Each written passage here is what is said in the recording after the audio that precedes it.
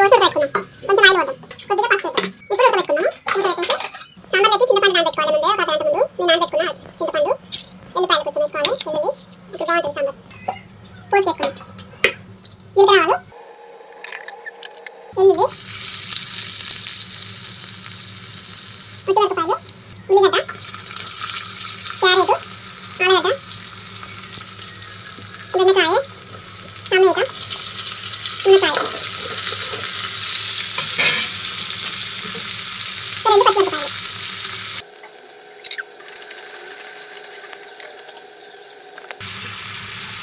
తగినంత సాల్ట్ వేద్దాం.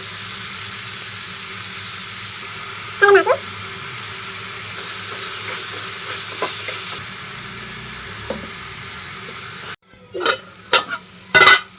కొద్దిగా పన్నీరు పోస్తున్నాం. ఒక 10 నిమిషాలు వేసుకున్నాం ఇట్లనే. తర్వాత పప్పు వేసుకున్నాం. పప్పు వేసుకున్న పప్పు వేసుకున్నాం. 5 నిమిషాలు అండి. పప్పు వేసుకున్నాం అండి.